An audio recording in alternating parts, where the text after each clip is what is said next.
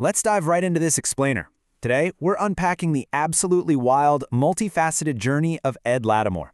You might know him as a former professional heavyweight boxer, a competitive chess player, a physicist who got his degree in his 30s, or a best-selling author. But underneath all that success, there's a foundational, gritty story of overcoming addiction. We're going to break down exactly how he transformed his life and really dig into the 8 major sobriety benefits he discovered along the way. We don't grow despite the storms. We grow because of the storms. This quote popped up in a recent chat about his life, and honestly, it hits the nail on the head. It's the perfect frame for his story. Ed didn't just stumble into self-mastery by dodging the hard stuff. Nope. He forged this unbreakable resilience by walking straight into the fire. So here's our roadmap for this explainer. First, the hurt business. Then, addiction and identity. Next, we'll hit the core of it all, the 8 benefits of sobriety, and finally wrap up with the ultimate advantage. Let's get to it. Section 1. The Hurt Business, Surviving the Storm. To really grasp the massive payoff of his transformation, we've got to look at where he started. Ed grew up in the public housing projects of Pittsburgh. He survived early childhood trauma, deep poverty, and just routine, everyday violence. He actually found a rare escape in the local library and a gifted school program, but man, the underlying stress of that environment was incredibly heavy. Eventually, he steps into the brutal world of professional boxing, a sport he literally calls the hurt business because, well, pain is the whole point. As Ed puts it, the heaviest weight at the gym is the front door. It takes just insane grit to even show up. But despite being so tough in the ring, that lingering baseline stress, mixed with the crushing loneliness of training camps, led him straight into a really dangerous neurological trap. Section 2. Addiction and Identity. The Neurological Trap. Now, quitting a deeply ingrained habit takes way more than just white-knuckling it with raw willpower. You really have to understand the hard science of addiction and completely shift your identity. Take the number 5, for instance. It perfectly captures the sheer persistence you need. The National Recovery Survey shows that the average person needs about 5 attempts before they successfully hit 5 or more years of sobriety. Relapse is just part of the process for so many, and Ed was absolutely no exception here. It's a total battle of persistence. So why is it so ridiculously hard to just quit? Well, we have to look at the brain's dopamine reward center. Addiction essentially hijacks and wrecks this system. Because you're constantly overstimulating it with alcohol, your brain actually shuts down receptors. That means you need more and more of the substance just to feel a baseline level of normal. It gets to a point where genuine, everyday human connection feels almost impossible. It's a vicious neurological trap. And, as Ed jokingly pointed out in his TEDx talk, this dopamine loop can happen with practically anything, from junk food to, seriously, Pokemon. And Ed's journey to get out of this trap? Definitely not a straight line. He tried to get sober a bunch of times. At 19, he strung together a few years. Then at 24, he made this grand, dramatic show of dumping all his booze down the drain, only to completely wipe out his progress by binging on the weekends. It actually wasn't until a final, chaotic night in December 2013, where he woke up with zero memory of how he even got home, that a permanent, life-altering change finally clicked into gear. So what finally broke the cycle for good? Joining the Army National Guard. It gave him exactly what he needed, 26 weeks of forced physical sobriety while going through basic and advanced training.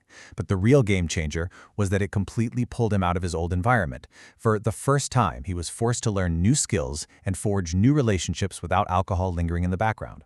That military stint sparked a total identity shift. He went from being a reactive drinker, someone whose life felt chaotic and emotionally numbed, to someone heavily invested in building strategic, structured habits. Fast forward to today, and he plans his life with the absolute precision of a 1700-level competitive chess player. He prioritizes long-term position and strategy over quick, instant gratification. Section 3. 8 Benefits of Sobriety. The Transformation Payoff. Now that his identity was completely rebuilt, we arrive at the absolute core of this explainer. The specific, game-changing rewards of leaving the booze behind. Ed essentially distilled 9 years of hard-won sobriety into 8 major benefits. These are the real, tangible payoffs for betting on yourself, facing reality head-on, and refusing to let a chemical dictate your potential. When you look at these 8 benefits, you realize they structurally upgrade literally every single facet of your daily existence. We're talking your social circles, your emotional stability, your physical health, and yep, your bank account. Sobriety acts like a massive multiplier across the board. So, let's break down a few of the most fascinating ones, shall we? Let's start with the social side of things. People constantly use alcohol for that so-called liquid courage. But Ed makes a brilliant point here. Sure, your inhibitions drop, but you are also way more likely to do dumb stuff that makes people actively lose interest in you. When you actually do the work to overcome social anxiety while completely sober, that fake liquid courage gets replaced by a massive advantage. You actually remember your conversations, and you start forming incredibly high-quality, genuine friendships. Then there's emotional control, and Ed uses this absolutely beautiful metaphor for it. He says getting drunk is like putting on a pair of sunglasses. Yeah, it definitely dims the blinding pain of your problems, but it also completely dulls your ability to feel the vibrant colors of true joy and celebration. Taking off those sunglasses forces you to deal with reality, and in the end, it makes you remarkably stronger. Next up is accountability. Sobriety forces absolute maximum responsibility on you. You can't just wave away terrible behavior anymore by saying, "Oh man, I was just so drunk." When you're sober 24/7, you put so much more deliberate thought into your actions. And naturally, that inevitably elevates your standards for how you live your life. And wow, think about the return of your free time. Just imagine all those weekend hours lost to nursing crushing hangovers. Ed took all that reclaimed time and aggressively reinvested it into mastering life's basics. I mean, he became a best-selling author, dove into competitive chess, and even went back to school in his 30s to tackle his absolute weakest subject, math. Talk about a massive return on investment. Now, here's a totally surprising, practical benefit for anyone who thinks they just missed the taste of a cold beer too much. Ed highlights this booming, super high-quality world of non-alcoholic options right now. He specifically shouts out brands like Groovy. It just proves you can absolutely still enjoy the ritual and the taste of a great drink, but without any of the destructive neurological baggage. And we absolutely cannot forget the financial benefit. You've probably heard of Parkinson's law, right? The idea that work expands to fill the time available? Well, Ed applies this directly to drinking. It doesn't matter how much money you make, if your life revolves around going to the bar, your alcohol expenses will expand to magically drain your wallet. Quitting is basically the ultimate financial life hack to finally escape that paycheck-to-paycheck trap.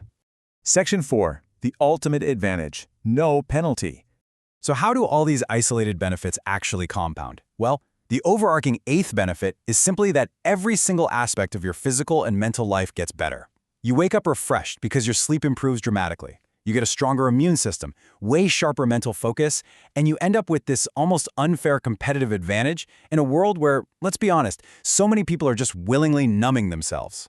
Which brings us to the most crucial point of all. The absolute most powerful takeaway from Ed Lattimore's entire journey is realizing that leaving alcohol behind has zero downsides. Literally zero. There is no penalty for not drinking. The only way this massive personal advantage would ever disappear is if every single other person in the world suddenly stopped drinking too. So I'm going to leave you with this final, provocative thought to take away from this explainer today. If sobriety only offers these massive, compounding rewards, and there is quite literally no penalty for putting the glass down, what exactly is stopping you from claiming your advantage and betting on yourself?